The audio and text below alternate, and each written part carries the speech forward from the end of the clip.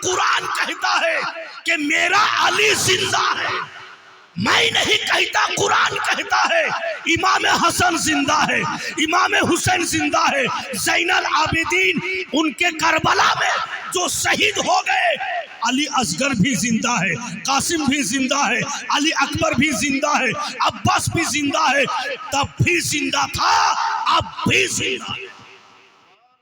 তখনও জীবিত ছিলেন, এখনো জীবিত আছেন। আর আমরা জীবিত গণের বক্তব্য শুনতে এসেছি, মুর্দা গণের না। শুধু আমাদের চোখ থেকে ওনারা আড়াল হয়েছেন, পর্দা হয়েছে, আসল জিন্দেগি তো ওনারাই পেয়েছেন, আমরা ওনাদের মতো জীবন পাইনি। জবান ছেলেরা তোমাদের বলছি, বলো তোমরা জীবিত গণের বক্তব্য শুনতে এসছো না মুর্দা গণের? জোরে বলো সামনে ছেলেরা, জীবিত গণের। अब তোমরা কোরআন থেকে বুঝে নিলে, अब যদি তোমাদের সামনে কেউ বলে কি ওনারা মুর্দা, তো আর কলার ধরে খাড়ো করে দিও, যে কোরআনে আমি দেখাবো যে আল্লাহ বলেছেন জীবিত, তুই দেখা কোরআনে যে মুর্দা, তো তোকেই মেরে দেবে। যতক্ষণ এই রূপ এখতিয়ার না করা যাবে মুআজ্জিজ হযরত, লোক কন্ট্রোল হবে না। একটা উর্দু শব্দ, একটা ভাষা আছে না, যে খামোশ মিজাজি तुम्हें जीने नहीं देगी, खामोश मिजाजी तुम्हें जीने नहीं देगी। अगर इस दौर में जीना है तो कोहराम मचा दो। যদি এই দৌড়ে জীবিত মানে চাই শান্তির মতো, তো আপনাকে নিজে তেওয়ার দেখাইতে হবে। ভাইরা বন্ধুগণের আমার, অনেক লোক অনেক রকম কথা বলে দিচ্ছে গো। এখন আউলিয়া কেরাম পৃথিবীর বুকে আসছেন, আলে রাসূল সেবা যত্ন করছি, তো অনেক লোক বলছে মানবো কেন?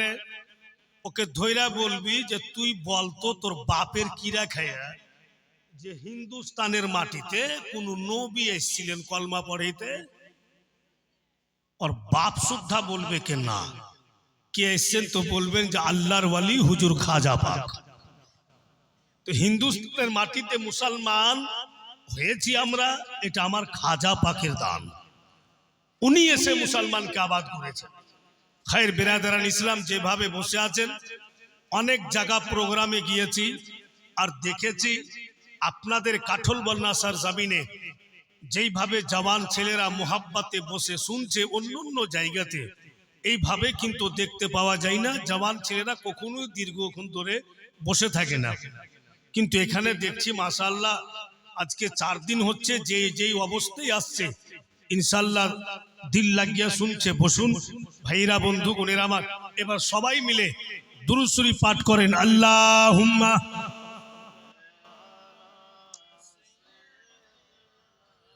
মাওলানা মুহাম্মদ ওয়ালা আলে